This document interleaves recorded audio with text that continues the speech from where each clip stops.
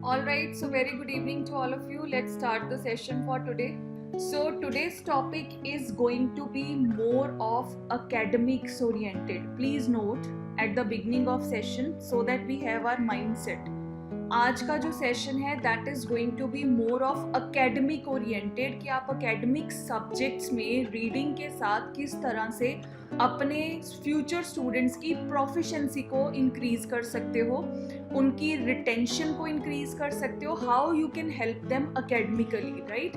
तो इसमें just listen to all the things that we will be discussing from the point of view of the academic subjects. Okay, so this is basically implementing reading plus understanding in academics. सारे का सारा session it is going to be academic oriented only, जिसमें कि हम इस technique को discuss करेंगे which we call as cognitive filtering and priority text identification. Filtering मतलब I am filtering out something according to my priorities, right? So therefore basically अभी तक हमने क्या चीज़ों को देखा है, ये जो आज का सेशन है this is going to be something more than reading which we also term as in academics, जिसको हम स्मार्ट रीडिंग भी कहते हैं. अगर आप अपनी मेमोरी टेक्निक्स के साथ साथ स्टूडेंट के अकेडमिकली स्कोर्स इम्प्रूवमेंट में हेल्प कर सकते हो, definitely this is going to be 360 degree advantage to the student. Today we will be analyzing, today we will be discussing about the things जिसमें कि student का brain it can act as a search engine. I hope search engine you all know, जैसे Google है वो क्या है, एक search engine है. उसी तरह से our brain can also act as a search engine, जिसमें कि हम skip कर सकते हैं what is less required, what is unnecessary, and we can filter out the information जो चीज़ें मुझे एज अ स्टूडेंट याद करनी है related to my grade. Okay, अब सबसे पहले ये सेशन आपको कंडक्ट करना क्यों इम्पॉर्टेंट है आपके स्टूडेंट्स के लिए, because this is the reason. आज के टाइम में देयर इज इंफॉर्मेशन ओवरलोडेड, चाहे वो टेक्स्ट बुक्स हैं चाहे कुछ भी है. Filtering is absolutely critical in reading. क्यों? क्योंकि मॉडर्न ईरा में चाहे वो स्टूडेंट्स हैं चाहे वो प्रोफेशनल्स हैं चाहे लर्नर्स हैं, they are basically drowning in the information. There is excess of information out there. अब बुक का कोई भी पेज ले लो, कोई भी बुक का पेज ले लो, उसमें देयर आर डेफिनेशंस, उसमें एग्जाम्पल्स भी हैं, रेपिटेशंस भी हैं, एक्सप्लेनेशन भी है और उसमें कुछ फ्रेजेस भी हैं. Definitions very important, right? Examples की अगर मैं बात करूँ, कुछ हेल्पफुल होती हैं, कुछ जो होती हैं एक्स्ट्रा थिंग्स होती हैं that are in the topic. So therefore page में चाहे आर्टिकल है, पेज में चाहे कोई भी वो चैप्टर है, टेक्स्ट बुक है, कुछ भी है, nowadays there is excess of content available which we need to basically filter out, ताकि हमारी रीडिंग तो इंक्रीज हो ही हो, लेकिन parallelly my academics should also increase. मेरा अकेडमिक ग्राफ भी इंक्रीज होना चाहिए, विच आई मीन इज मेरे स्टूडेंट्स का academic graph basically as a teacher this should be my focus. अब जो मॉडर्न डे लर्नर्स होते हैं, what they are doing is they are facing basically a difficulty, जिसको कि हम टेक्निकल टर्म्स में क्या बोलते हैं, डेटा ड्राउनिंग. ड्राउनिंग का मतलब होता है डूबना. We term this as data drowning. अब बात आती है हम इसको डेटा ड्राउनिंग क्यों कहते हैं, because this is not lack of information. इसमें सबसे पहले ये फैक्ट को समझना ज़रूरी है, there is no lack of information. Information की कमी नहीं है, but there is too much information. बहुत सारी इंफॉर्मेशन को हम डेटा ड्राउनिंग बोलते हैं. That is why filtering becomes very important for the students nowadays. Now the question arises कि filtering करनी क्यों है. अगर मेरे पास बहुत सारी information है तो it's a advantage to be, मेरे लिए advantageous है ये, तो मैं filtering क्यों करूँ, यहाँ पे ये question आता है. उसका simple सा reason है, be it the student life, be it the professional life, किसी भी age group का कोई भी learner है, time is limited. This is the key reason to this. Time जो है लिमिटेड है, उसमें what is the only key to exceed in any competition, to excel in any competition, that is called the efficiency. आज के time में सबसे बड़ी problems जो स्टूडेंट्स फेस करते हैं, they will be discussing with you also once you are out there to train them. सबसे बड़ी प्रॉब्लम क्या होती है? I studied for 3 hours but still I don't know what is important. आज का session please note academics oriented है and these are the real problems जो आपके स्टूडेंट्स आपसे डिस्कस करेंगे. I studied for 3 hours, I study for 5 hours but I don't know what is important. अब question arises, ऐसा होता क्यों है? क्यों नहीं पता होता उन्हें what is important? This is because students her word को इक्वली ट्रीट करते हैं. What they do is they treat each word equally. वो हर एक वर्ड को, अब सी टेक्स्ट की बात कर रहे हैं हम, बुक्स की बात कर रहे हैं, हर वर्ड को, हर डेफिनेशन को, हर टर्मिनोलॉजी को वो कैसे कर रहे हैं? They are treating it equally. That is why जो भी उन्होंने 3 घंटे में स्टडी किया होता है, they are unable to figure out what is important. अब इसको एक सिंपल प्रैक्टिकल एग्जाम्पल से मैं रिलेट करके बताती हूँ.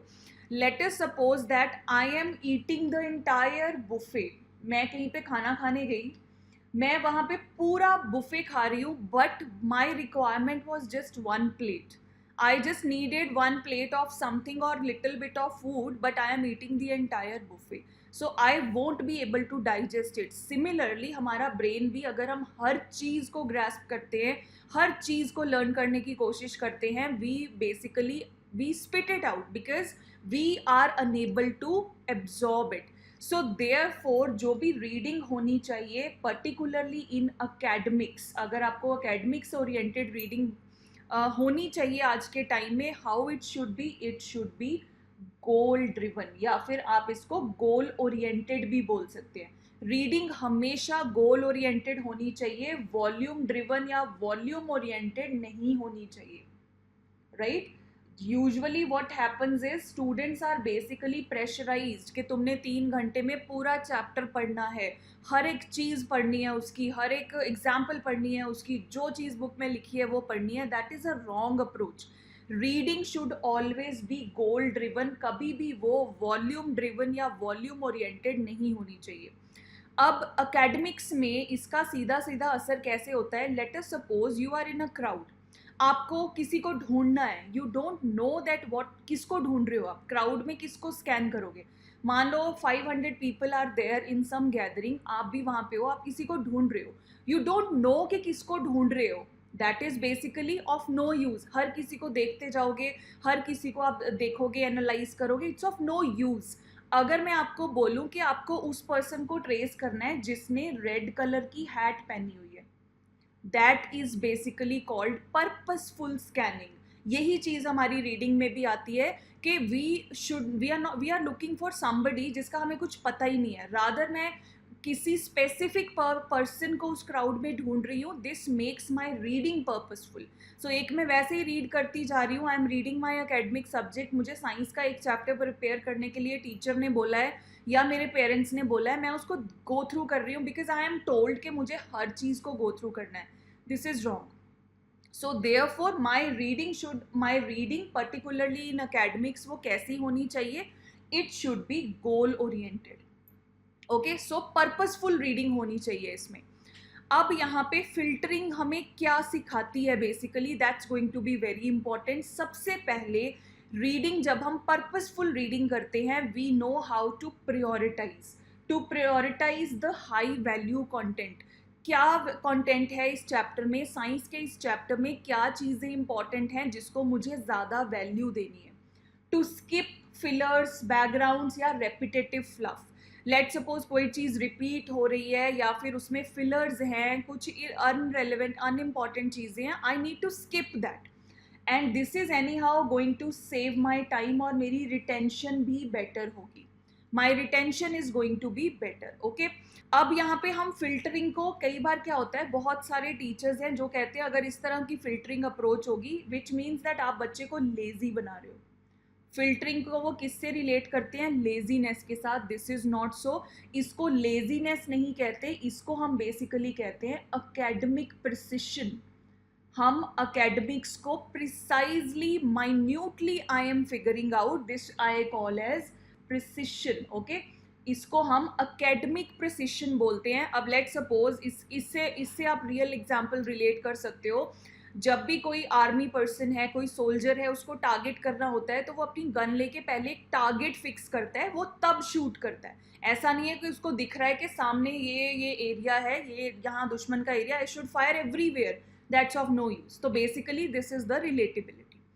Now reading is not just collecting, ये चीज हमें हमेशा ध्यान रखनी है। Reading is not about collecting, it is a filtering activity. Every term, every sentence I am using, ये सिर्फ और सिर्फ स्टूडेंट ओरिएंटेड है आज का सेशन, अकेडमिक्स ओरिएंटेड। ओके, अब जो रीडिंग है, this is not about which we call as gathering everything, it's about हम जो चीज़ को रीड कर रहे हैं, बच्चे को रीड करना सिखा रहे हैं, उसमें डी कोडिंग होनी चाहिए। जो इम्पॉर्टेंट है उसको डी कोड करना। डी कोड कैसे होगा? When there is a purpose. उसमें से हम नॉइस को फिल्टर करते हैं। नॉइस का मतलब क्या है? अगर किसी चीज़ की 10 एग्जाम्पल्स दिए हैं, मेरे लिए 2 सफिशिएंट हैं, I can leave remaining 8 and pin pointing the power zones in the text. Text में पावर जोन्स कैसी होती हैं? अब यहाँ पे reading basically means you can relate it as कि reading is not like a sponge that is continuously absorbing, this is basically very much target specific. ये target specific होती है। generally you should always teach or train a child in a manner कि आपको 100% of the topic पढ़ने की ज़रूरत नहीं होती to get 100% marks। This is the basic philosophy कि आपको अगर बोला जाए अगर 100 में से 100 नंबर लेके आने हैं तो 100% ऑफ द पेज या चैप्टर या टेक्स्ट वॉट एवर वो चीज़ पढ़ोगे तभी 100% मार्क्स आएंगे। This is not so. हमें फिल्टर आउट करनी होती है what are my magnetic areas, मेरी प्रिपरेशन क्या है। Am I preparing this topic for MCQs for question point of view, या इस टॉपिक के रिलेटेड मुझे कोई स्पीच देनी है। ऐसी examples I am going to discuss with you today also. So therefore reading becomes a kind of navigation. अब यहाँ पे let us suppose in a dense foggy forest, कोई एक फॉगी फॉरेस्ट है, मेरे पास वहाँ पे एक टॉर्च है। तो वो टॉर्च मुझे बेसिकली मेरा कुछ एरिया सराउंडिंग ही दिखाएगी, रास्ते में मिट्टी दिखा देगी, पेड़ है कोई आसपास वो दिखा देगी। But if I have a search light, अगर मेरे पास एक फोकस्ड सर्च लाइट है, definitely everything would be very clear to me. So therefore brain को आप एक सर्च लाइट की तरह कंसिडर करो in a dense foggy forest, जिसमें only the trained attention finds the treasure. जितनी अटेंशन ट्रेंड होगी उतना ही ज़्यादा ईजी एंड स्पेसिफिक होगा अपने गोल तक पहुंचना। सो देयरफॉर हमारा जो ब्रेन है, it needs not to read everything. These all stats brings me to the level number 1। आज के सेशन में 3 लेवल्स को डिस्कस करेंगे। These are basically 3 layers, first layer, second layer and third layer. 3 layers हैं ये basically. Let us begin to our level number 1, जिसको हम कहते हैं सरफेस फिल्टरिंग। कहीं ना कहीं आप इसको पुराने सेशन से रिलेट कर पाओगे that yes we did something like this, but yes अब मुझे लेवल वाइज आपको चीज़ें बतानी है, so I need to include it. अब यहाँ पे लेवल 1 आता है जिसको we call it as surface filtering, what jumps out from the text randomly. अब मान लीजिए मेरे पास ये क्लास 8 की टेक्स्ट बुक का वाटर पॉल्यूशन का ये पैराग्राफ है। This is the paragraph taken from class 8। Science में वाटर पोल्यूशन का एक टॉपिक आता है, उससे ये पैराग्राफ लिया गया। अब जो सरफेस फिल्टरिंग है वो बच्चे को क्या सिखाएगी? Notice the structure, the visuals, कौन से मेन वर्ड्स इसमें से पिक हो रहे हैं। एज आई टोल्ड यू हमने ये पहले भी किया है। जैसे कि लेट सपोज अब इसमें विजुअल एंकर्स, हम इसको टर्म देते हैं, विजुअल एंकर्स कह लो, कीवर्ड्स कह लो। वाइल आई वॉज स्कैनिंग, जो जो मैंने पिक किए मैंने उसको यहाँ पे बोल्ड कर दिया। जैसे कि let us suppose harmful chemicals are there, harmful chemicals है यहाँ पे। उसके बाद if you go non biodegradable, जो टर्म्स ओरिएंटेड इंपॉर्टेंट है। Aquatic life is there, drinking irrigation हो गया, इंडस्ट्रियल वेस्ट हो गया, वाटर कंटेमिनेशन हो गया। दिस में वेरी स्टूडेंट टू स्टूडेंट।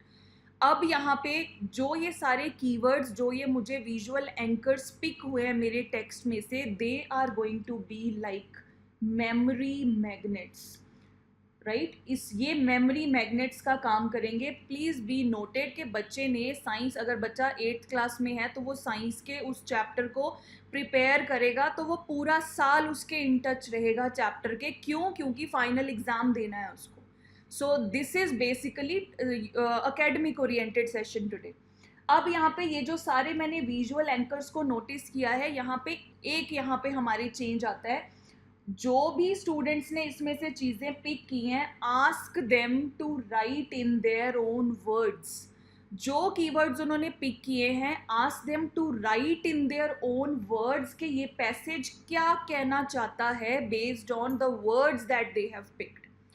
आप पहले उनको बोलो ये चीज करने के लिए, and in the second thing, आपके सामने है पैराग्राफ भी, नो डाउट आपको बाद में उसको एक्सप्लेन तो करना ही है, देन एक्सप्लेन के उसका सही इम्प्लीकेशन क्या है। कि अगर लेट्स यहाँ पे नियरली मिनिमम से मिनिमम भी अगर हम मान के चले 20 to 30% जो होता है उस पैराग्राफ का, कीवर्ड से बच्चा थोड़ा 20 to 30% आइडिया ग्रैब कर लेता है, रिमेनिंग वर्क इज 70% जो हो जाता है जब you are going to tell the child that okay ये जो पैराग्राफ है दिस इज बेसिकली तुमने ये चीजें पिक की है, इसकी रिलेटिबिलिटी तुमने ऐसे बनाई है। लेट सपोज उसने वाटर कंटेमिनेशन को यहाँ पे पैसेज कहना चाह रहा है कि इंडस्ट्रियल वेस्ट जो है वो मेन सोर्स है वाटर कंटेमिनेशन का, और बच्चे ने बोल दिया कि वाटर कंटेमिनेशन जो है उससे वाटर पोल्यूशन होता है। ये उसकी अजम्पशन है। Let him pre assume before you teach the child.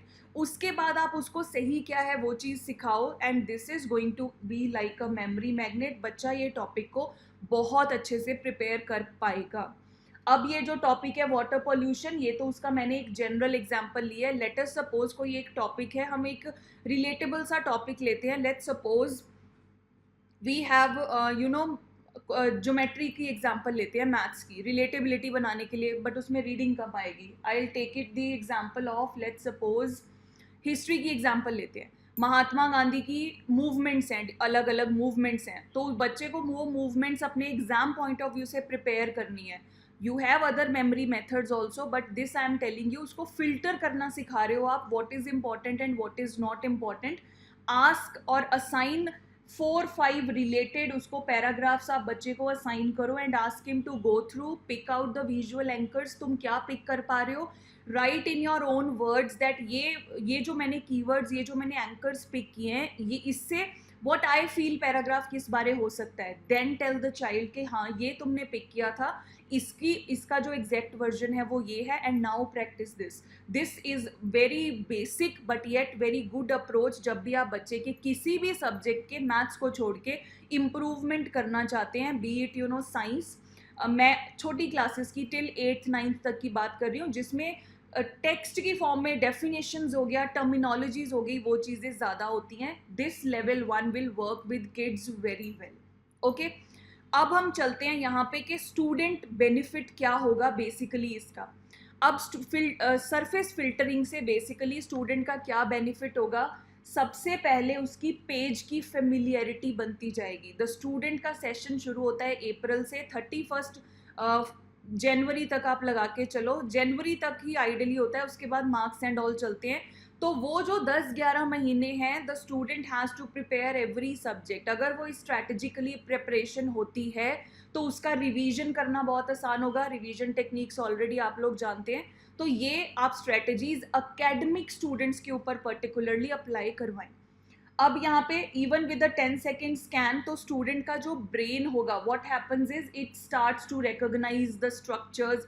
अब एक बार उसने वो टॉपिक को प्रिपेयर किया, दोबारा जब बच्चा रिवाइज करेगा, उसके दिमाग में सबसे पहले वो कीवर्ड्स पॉपअप होंगे।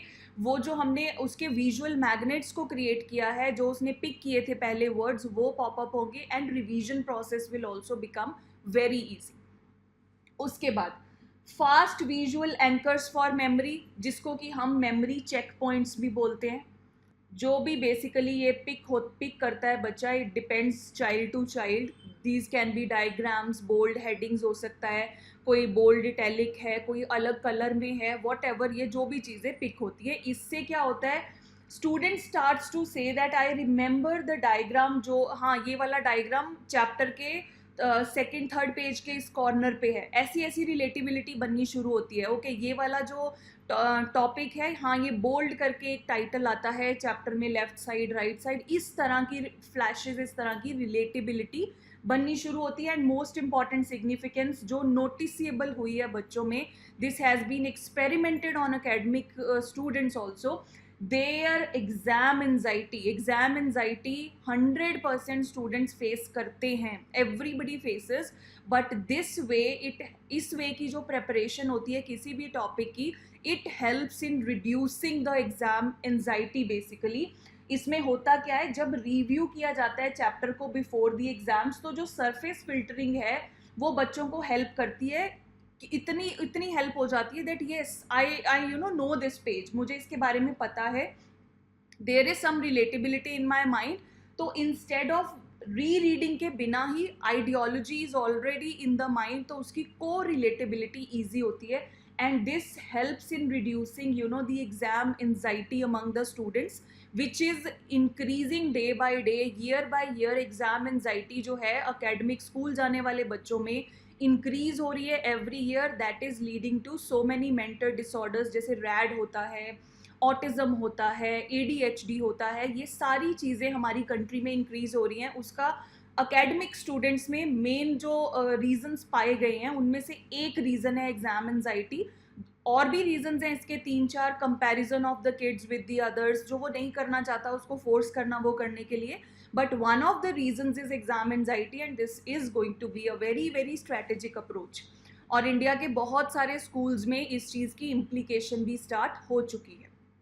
ओके, सो बेसिकली इसका रियल रिजल्ट हमारे पास क्या आता है कि students they start to connect with the text, with the memory. सिर्फ वो उसको क्रैम, उसको रिटेन करने के पर्पज से नहीं होते, they are connecting the text with the memory, ये चीज़ उनकी इंक्रीज होती है, which we call as surface filtering. छोटे बच्चे हैं अगर 5th क्लास तक, 6th क्लास तक, तो आप इस अप्रोच से उनको हेल्प करो। ये उनकी जो हैबिट है आप एक बार डेवलप करोगे, this is going to be permanent habit in a child. अब हम चलते हैं अपने लेवल 2 की तरफ। दूसरा लेवल आता है जिसको हम कहते हैं intent based filtering. Intent based filtering क्या होती है? इंटेंट बेसिकली होता है डिसाइड करना कि मैं क्या चीज़ को कैच करना चाह रही हूँ, what is my requirement. Okay, इसमें मैं एग्जांपल से भी आपको बताऊंगी। We will take the same text और मैं उसके 2 डिफरेंट गोल्स को लूँगी। मेरा पहला गोल होगा कि मुझे उसके क्वेश्चंस को प्रिपेयर करना है, मुझे मल्टीपल चॉइस क्वेश्चंस उस टॉपिक के प्रिपेयर करने हैं। और दूसरा गोल होगा कि उसी टॉपिक की अगर मुझे स्पीच प्रिपेयर करनी है तो मैं कैसे करूँगी। तो जब मुझे उस टॉपिक को प्रिपेयर करना है, that yes I am preparing this topic for my multiple choice question test, तो मेरा इंटेंट क्या हो जाएगा? MCQ test oriented. जब मैं उसको प्रिपेयर करूंगी that yes I have to give a speech tomorrow based on this topic, और ये मेरी बुक का टॉपिक है, तो मेरा इंटेंट क्या हो जाएगा? My intent would be the speech. Okay, so task 1 कह लो, इंटेंट 1 कह लो, that is going to be the MCQs, कि मुझे पैराग्राफ को ऐसे प्रिपेयर करना है that my MCQs are done. दूसरा इंटेंट क्या है? मुझे 2 मिनट की, 3 मिनट की स्पीच देनी है, राइट? सो इसको इंटेंट बेस्ड फिल्टरिंग को जनरली हम रिलेट करते हैं, लेट अस सपोज टेलीविजन है, आज के टाइम में देयर आर 200-300 चैनल्स, तो हम जो चैनल को प्रेस करते हैं या जो चैनल को हम सिलेक्ट करते हैं हम उसी चैनल को देखते हैं। So basically you only watch, और मतलब वही चैनल देखते हो जिस पे आपने ट्यून इन किया है। So basically this is what called the intent based filtering. Now I am going to take 1 paragraph, उसमें मेरा फर्स्ट इंटेंट रहेगा to prepare it from multiple choice questions point of view. दूसरा intent रहेगा same passage की मैंने speech prepare करनी है। How will I do that? Now class 8 chapter water pollution. Okay, उसका सब हेडिंग यहाँ पे गिवन है, harmful effects of contaminated water. ये मेरा एक टॉपिक है, ये मेरा पैराग्राफ है मेरे सामने। Now in intent based filtering हम क्या कर रहे हैं? बेसिकली रीडिंग के मेरे 2 डिफरेंट गोल्स हैं। First is MCQ point of view, और दूसरा मेरा गोल क्या है? दैट मेरा स्पीच पॉइंट ऑफ व्यू है। ओके, अब हम आगे चलते हैं हम मेरे इंटेंट 1 के साथ। फर्स्ट इंटेंट, मुझे क्या करना है? 2 मार्क्स के MCQ टेस्ट के पॉइंट ऑफ व्यू से इसको प्रिपेयर करना है। Now when my intent is कि मुझे मेरे टॉपिक को MCQ test point of view से प्रिपेयर करना है, what I am going to filter? मैं उसमें की टर्म्स और डेफिनेशंस के स्कैनिंग में जाऊंगी। Specific examples, disease names, direct cause effect links, ये मैंने कहाँ से वो निकाले हैं, related to this one, water pollution, harmful effects of contaminated water, the same paragraph.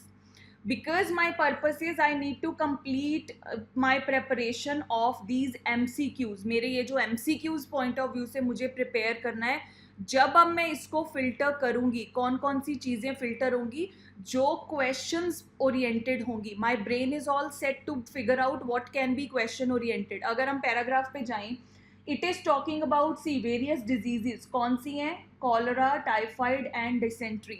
अब मैंने यहाँ पे कंटेमिनेटेड वाटर, डिजीजेस, ये वर्ड्स नहीं पिक किए. Why? Because my intent is clear. I want to pick those words that are important for me as a multiple choice question या as from test point of view. MCQ भी छोड़ दो, test point of view से, right? उसके बाद when I further scan it, तो उसमें आगे बताया जा रहा है ये diseases quickly spread. उसके बाद water pollution के बारे में है कि aquatic animals by reducing the oxygen content in water. Again important, cause effect आ गया question से. This is going to be again very important. उसके बाद death of fish and other organisms. उसके बाद okay, use of polluted water in agriculture, crops को harm करता है, fertility को डिक्रीज करता है. मैंने इसमें से वो चीज़ों को पिक किया that are important from my test point of view, which is my intent number 1, right. जैसे कि कॉलरा, टाइफाइड, डिसेंट्री था. इक्वेटिक एनिमल्स लो ऑक्सीजन के कारण दे आर डाइंग, और ये क्या कर रहा है, क्रॉप्स को भी अफेक्ट कर रहा है. Okay, so this is basically, मैंने पैराग्राफ में से उस इंफॉर्मेशन को पिक करके, it's like making a virtual flash card in my brain basically, जब मैं उसको साथ में रीड कर रही हूँ. And I am going to be very specific कि मेरे टेस्ट ओरिएंटेड प्रेपरेशन चल रही है ये, राइट. अब यहाँ पर ये देखो, अब मेरा जो ये स्ट्रक्चर मैंने पिक किया, how I am going to write down, मैं उसका एक फ्लैश कार्ड बनाऊँ या कुछ भी बनाऊँ, मैं कैसे बनाऊँगी. Diseases, cholera, typhoid, dysentery, cause low oxygen in water, death of aquatic life, polluted water, crop damage, right. This my flashcard is made from which paragraph? ये जो मेरा यहाँ पे harmful effects of contaminated water का paragraph है. my flashcard is ready with me. अब ये जो पॉइंटर्स मैंने पिक किए हैं, होता क्या है, these become the flash memory points. ये फ्लैशिंग मेमोरी पॉइंट्स बन जाते हैं. हर फिल्टर्ड पॉइंट जो मैंने पिक किया, this is a specific information that I have picked from it. I need not to re read the paragraph again. अब मैं student हूँ, मैंने एक बार इसको पिक करके मैंने ये बना लिया कि जो ये मेरा टॉपिक है वाटर पॉल्यूशन, उसमें जो harmful effects of contaminated water है, अगली बार मुझे री रीड करने की बिल्कुल ज़रूरत नहीं है. क्यों ज़रूरत नहीं है? I will only look for this and my exam oriented, my test oriented topic preparation is done. This is my intent number 1, जिसमें कि मैं अपने टेस्ट के हिसाब से इसको प्रिपेयर कर रही हूँ. This is applicable on the entire chapter. आप जैसे जैसे सेग्रीगेट कर लो कि लेट सपोज वाटर पोल्यूशन के ऊपर है, एक है हार्मफुल इफेक्ट्स है, या वॉट एवर आगे जो भी सब है उसमें टॉपिक्स आ रहे हैं, हर टॉपिक को सेग्रीगेट विद इंटेंट कि मेरा इंटेंट क्या है. So this was my intent number 1. अब हम चलते हैं अपने सेकंड इंटेंट की तरफ. माय सेकंड इंटेंट वाज, मुझे स्पीच देनी है मॉर्निंग असेंबली में, स्कूल की मॉर्निंग असेंबली में स्पीच देनी है. टॉपिक मेरा सेम है. What is my topic? Same, water pollution, जिसमें कि this is their harmful effects of contaminated water. We all know, students को भी पता है जो मॉर्निंग असेंबली में स्पीच देते हैं, इट्स नॉट ओनली कि आपको फैक्ट्स बोलते जाना है, it's basically creating a flow. जब फ्लो में चीज़ें एक आती हैं. अब यहाँ पे what my brain is going to filter in this, क्यों? क्योंकि मेरा ये टेस्ट ओरिएंटेड नहीं है, this is going to be my speech point of view से मुझे लेना है. तो उसमें कैसी चीज़ें पिक होती हैं अगर सेम टॉपिक का मेरा इंटेंट है to give a speech on that topic. सबसे पहले cause and emotional impact, examples जिनको मैं एक्सप्लेन कर सकती हूँ. उसके बाद general flow of ideas, paragraph का लॉजिक क्या है, टोन कैसी चल रही है. Now see, contaminated water spreads deadly diseases. मैंने डिजीजेज के नाम पे अब फोकस नहीं किया, मैंने क्या किया, उसके इंटेंट पे फोकस किया कि जो कंटेमिनेटेड वाटर है उससे उससे खतरनाक बीमारियां फैल रही हैं. क्यों? because now here I want to prepare my speech, not my test for the subject. Lack of clean drinking water communities को अफेक्ट कर रहा है, फिश मर रही हैं, क्रॉप्स जो हैं वो पॉइजन हो रही हैं. अब जो मैंने ये एलिमेंट्स पिक किए हैं, ये एलिमेंट्स पिक करने के बाद इससे I can always make a proper structured speech. जैसे कि I am just telling you, see, water pollution is not just about dirty rivers, it's about living beings destroyed, children falling sick, farmers losing crops, animals dying silently underwater. These are ये इसी की paraphrasing है जो चीज़ें pick हुई हैं, and this may very, कोई rule नहीं है कि ये ऐसे ही लिखनी है. दिस बेसिकली डिपेंड्स कि आपने जो चीज़ें पिक की हैं आप अपनी स्पीच में किस फ्लो में उसको बोलते हो. सो this is the difference of the same paragraph with to different intends. एक मैं टेस्ट पॉइंट ऑफ व्यू से उसको प्रिपेयर कर रही हूँ और दूसरा मैंने उसको प्रिपेयर किया सेम चीज़ को कि मुझे स्पीच देनी है. So this is basically called the intent based filtering, जिसमें मेरा फोकस, मेरा टारगेट क्लियर होता है that for this particular type of reading या जो चीज़ भी मैं इसमें प्रेपरेशन करना चाह रही हूँ, whether it is exam oriented, test oriented, मुझे स्पीच देनी है या मुझे इसमें what is my intent of doing this. Okay, so therefore अब ये जो सेम पैराग्राफ है, पहले हमने question answer point of view से उसके पॉइंटर्स निकाले थे. Now this becomes a kind of story telling. What is speech? Speech is basically a kind of story telling only, right. अब यहाँ पे इंटेंट जो है इम्पॉर्टेंट क्यों है QSR में, क्वांटम स्पीड रीडिंग में इंटेंट जो है, why it is crucial for a student जिसने अपने एकेडमिक परफॉर्मेंस को इम्प्रूव करना है. अब सबसे पहले क्वांटम स्पीड रीडिंग में फोकस है कि रीडिंग हमारी ग्रेजुअली इंक्रीज होती जाए, उसकी स्पीड इंक्रीज होती जाए. It does not allow you that time कि आप हर चीज़ को इवेल्यूएट करो. ओके, अब जो ब्रेन है वो मस्ट प्री डिसाइड, उसको पहले से पता होना चाहिए what is my purpose of reading this, whether I want to prepare it, just एक नॉर्मल रीड करना चाह रही हूँ मैं, या मेरे लिए ये सिग्निफिकेंटली इंपॉर्टेंट है, या it's going to be my session tomorrow, it's going to be my speech tomorrow, what is my purpose. Okay, so therefore हमारा जो इंटेंट सेट करते हैं हम, this basically acts like a magnet. और जब हमारा इंटेंट जो वो मैग्नेट है वो उसी चीज़ को अपनी तरफ ग्रैब करती जाएगी टेक्स्ट में से जो मैंने अपना इंटेंट सेट किया है. If my brain, if the students brain knows the purpose, उसका पर्पस पता है उसको, तो ब्रेन को जब पर्पस पता है तो वो एब्जॉर्ब करेगा what is required, how much is required and why this is required. Okay, so therefore हम जनरली कैसे रिलेटेबिलिटी बनाते हैं, I will just write for you here, which is called as QSR, quantum speed reading में अगर हम एक intent factor को add कर दें particularly for the school students, तो ये किसके इक्वल हो जाता है, तो इसमें we call it equal to smart absorption. Absorption तो ऑलवेज होगी, जब भी हम रीडिंग करेंगे absorption will be there, we will be absorbing, लेकिन जब उसमें हम इंटेंट को ऐड कर देते हैं, what is my focus, what is my target, इसके पीछे, रीडिंग के पीछे मेरा पर्पस क्या है, so therefore QSR plus intent, this becomes smart absorption.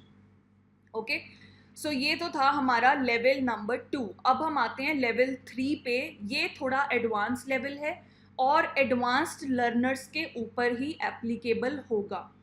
जैसे कि जितने भी गवर्नमेंट एंट्रेंस एग्जाम होते हैं उसमें इंग्लिश में ऐसे ऐसे पैराग्राफ आते हैं जिसमें आपको ऑथर का हिडन मीनिंग निकालना होता है. What does the author wants to say, चाहे आप लैंग्वेज के रिलेटेड बोल लो, particularly entrance exam, if I talk about C SAT का एग्जाम होता है UPSC के अंडर, तो CSAT का जो एग्जाम होता है that is English and maths, and English is a very high next level की इंग्लिश होती है. There you need to grab के हाँ ऑथर क्या कहना चाह रहा है, what is the significance, hidden meaning क्या है. ये बेसिकली जो हायर ग्रेड के स्टूडेंट्स हैं आप उन्हीं को करवा पाओगे, छोटे बच्चों को ये समझ में नहीं आएगा because their mind is not developed like that. Okay, so higher grade के स्टूडेंट्स के लिए ही which we call as the deep relevance filtering, जिसको हम कहते हैं what the author truly wants to say, what the writer truly wants to say, we go deeper. Okay, अब यहाँ पे लेट अस सपोज मेरे पास ये पैराग्राफ है फ्रॉम ज्योग्राफी एनवायरनमेंट में, ऐसे पैराग्राफ्स होते हैं. टाइटल है उसका क्लीन रिवर्स डर्टी पॉलिटिक्स। ज़्यादा एडिटोरियल सेक्शंस के वो क्या करते हैं एंट्रेंस एग्जाम में, एडिटोरियल सेक्शन के पैराग्राफ्स पिक करके उसके सब्जेक्टिव ऑब्जेक्टिव क्वेश्चंस बनते हैं। ओके, अब यहाँ पर देखो मैक्सिमम रीडर्स जो इसको रीड करेंगे, अगर वो अपनी रीडिंग की अप्रोच को इसके ऊपर अप्लाई करेंगे तो वो किस तरह की चीज़ों को पिक करेंगे। वो जब इसको स्कैन करना स्टार्ट करेंगे तो यहाँ पे मोर पॉल्यूटेड को पिक कर लेंगे, नमामि गंगे प्रोजेक्ट को पिक कर लेंगे, उसके बाद इंडस्ट्रियल वेस्ट को पिक कर लेंगे, आगे फर्दर जाते जाएंगे तो पॉलिटिशियंस पिक हो जाएंगे, पब्लिक हेल्थ पिक हो जाएगी, फिर उसके बाद सेंट्रलाइज स्कीम पिक हो जाएंगी। इस तरह की चीज़ें वो पिक करेंगे। But this paragraph is more than that. This paragraph basically is more than that. अब जो मोर देन दैट इवेल्युएशन होती है वो जनरली क्रिटिकल रीडर्स करते हैं। उन रीडर्स को हम एक कैटेगरी देते हैं, we call them as critical readers. Critical readers क्यों बोलते हैं? क्योंकि वो उसकी तह तक जाएंगे पैसेज के, because target is very clear कि जो दिख रहा है उससे कुछ ज़्यादा है, that I need to pick particularly for entrance exam. वो कोई भी एंट्रेंस एग्जाम हो, कुछ भी हो, उसमें ये जो टेक्निक है दिस बेसिकली इज हेल्पफुल।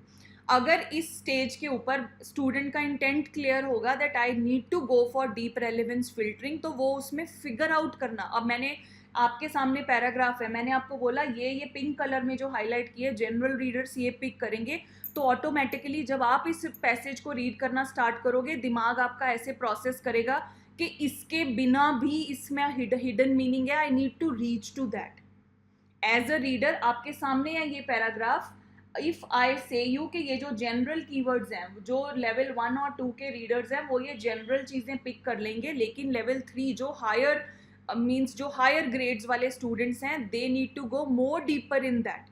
तो यहाँ पे ऑटोमेटिकली जब आप रीड करोगे आपके ब्रेन को पता है it is more than what keywords my eyes are picking, तो you will go very deep into that कि कंसिक्वेंटली इस तरह की क्या क्या चीज़ें हैं जहाँ से मिल सकता है what is the hidden meaning. यही अप्रोच इस लेवल में फॉलो होती है। कैसे?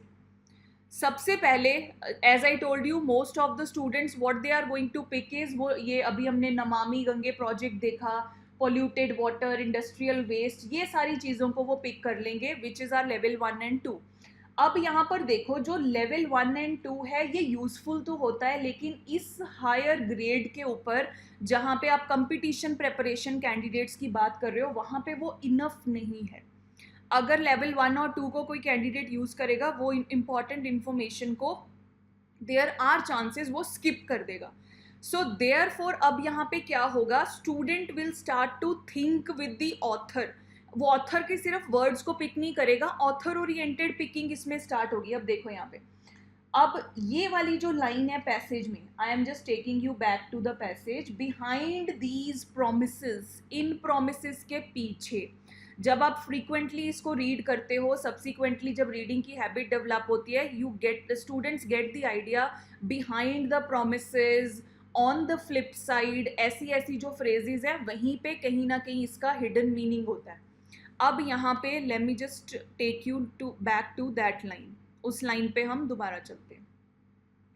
अब यहाँ पे देखो, yet behind these promises lie a repeated pattern, किस चीज का? Centralise schemes with little coordination, enforcement pollution norms and complete lack of citizen participation. This is the hidden line जहाँ पे इस पैराग्राफ का hidden meaning is located. What is the hidden meaning located here? यहाँ क्या hidden meaning located है? Despite the fact के जो यहाँ पर देखो, despite the surface noise, surface noise यहाँ किससे रिलेट कर रही है? प्रोजेक्ट से, मनी से, पॉल्यूशन से। मेरा सेंट्रल मैसेज जो है वो बेसिकली क्या है? The real crux, the real hidden line वो ये वाली हिडन लाइन है। This is the hidden line कि there is a failure of government, there is a system failure due to which जो लोकल इन्फोर्समेंट है वो नहीं हो पा रही है। Reread this, yet behind these promises lie a repeated pattern. कौन सा pattern? Centralize schemes with little coordination at local level. Centre की स्कीम्स तो हैं, लोकल लेवल पे कोऑर्डिनेशन नहीं है। Weak enforcement of pollution norms and complete lack of citizen participation. एक तो वहाँ पे पॉल्यूशन नॉर्म्स की एनफोर्समेंट इज वेरी वीक और there is zero participation of citizens. This is the hidden meaning in this passage. और generally entrance exam में इसी तरह के पैराग्राफ्स आते हैं, चाहे कोई भी एंट्रेंस एग्जाम ले लो जिसमें इंग्लिश में से you need to pick what the author wants to say, क्या मतलब इसका हो सकता है. तो यहाँ पे हमारे पास क्या चीज़ आती है, जो रियल स्किल है, that is not reading the line but reading between the lines, behind the promises, on the flip side, contrary to these, still these persist. इस तरह की phrases होती हैं जब आप continue read करते हो किसी चीज़ को, जैसे ही आपकी आईज वहाँ पे जाएंगी, behind these promises lie फलाना फलाना, you are going to pick कि ये उसका हिडन मीनिंग है. अब मैं क्यों पिक करूंगी हिडन मीनिंग को, माई ऑलरेडी इंटेंट इज क्लियर कि मुझे बेसिकली डीप रेलेवेंस फिल्टरिंग करनी है, बिकॉज मेरा पर्पस मुझे एक तरह से क्लियर है, राइट. बिकॉज मेरा यहाँ लेवल 1 और 2 एप्लीकेबल नहीं हो पाएगा, अगर कर भी देंगे वो सफिशिएंट नहीं है. I need to go you know beyond what is, जो मेरी आंखों को दिख रहा है उसके बियॉन्ड जाने की मुझे ज़रूरत है. Now the student, what to catch basically, visible message यहाँ क्या आ रहा है, rivers are polluted despite government schemes, short form में. hidden implication, ऐसे question आते हैं बच्चों को entrance exam में. what is the hidden implication of this? The system fails because it's top down and disconnected from real enforcement. practical real enforcement नहीं भी करना, practical applicability से वो disconnected है. चाहे it's top to down system, there is no you know real enforcement, practical grounds पे enforcement नहीं है. या क्वेश्चन इस तरह से मॉडिफाई होता है, what is the real intention of author behind this paragraph. Intention क्या है उसकी, what is the intention. Cleaning reverse is not just money और टेक्नोलॉजी यूज, ये गवर्नमेंट का फेलियर है. I have got the message, right. So therefore implied argument, even the best schemes will fail unless local system and citizens are involved and accountability are built in. इसको आप किसी भी words में paraphrase कर सकते हो, ज़रूरी नहीं है यही आंसर आएंगे. ये आई एम टेलिंग यू, इस तरह के क्वेश्चन पूछे जाते हैं. What is the visible message in this paragraph, explain the hidden implication in this, what is the real intention of the author behind this. सो इस वे में यहाँ पे मैक्सिमम बच्चे जो हैं, मैक्सिमम स्टूडेंट्स जो हैं for the higher age groups और ग्रेड्स, वो ये गलती करते हैं. So to avoid this mistake, this thing is actually very important. अब आता है स्टूडेंट्स को इसका बेनिफिट कैसे होता है. इसकी ग्रेटेस्ट आउटकम इज बच्चों को ये हैबिट डेवलप होगी and they slowly, overnight result नहीं होगा, पेशेंस चाहिए इसके लिए. They gradually catch the message which is behind the message. एक तरह से टेक्स्ट के पीछे भी छुपी हुई जो बात है उसको कैसे ग्रैब करना है. This is what happen. CAT exam हो गया, सैट एग्जाम हो गया, टोफल एग्जाम हो गया, एंट्रेंस एग्जाम हो गए. There are so many exams जहां पे इस तरह के क्वेश्चंस आते हैं. अब यहाँ पे देखो, सबसे पहले हायर ऑर्डर थिंकिंग. आपने कई बुक्स देखी होंगी 11th 12th की, उसके लास्ट में एक्सरसाइज होती है, वहां पे लिखा होता है हॉट क्वेश्चंस. तो इसका मतलब क्या होता है, हायर ऑर्डर थिंकिंग क्वेश्चंस. वो नॉर्मल क्वेश्चन से उनको तोड़ा मरोड़ा गया होता है, बेसिकली रिलेटेड टू टॉपिक ही होते हैं, but they are twisted and turn. So therefore students begin to think beyond the facts. वो क्या चीज़ को इसमें करना चाहती हैं as per this paragraph. What did the author say, इसमें हिडन मैसेज क्या है. जब ब्रेन मेरा, I am reading something, my brain is saying what does the author wants to say, क्या हिडन मैसेज हो सकता है, इसकी इम्प्लीकेशन क्या हो सकती है, काउंटर आर्ग्यूमेंट क्या हो सकता है. अगर मेरा ब्रेन इस तरह के क्वेश्चन कर रहा है तो I am going to scan for that, I am going to find for that. दूसरा, सब्जेक्टिव आंसर्स में बहुत इंप्रूवमेंट होती है विद दिस अप्रोच.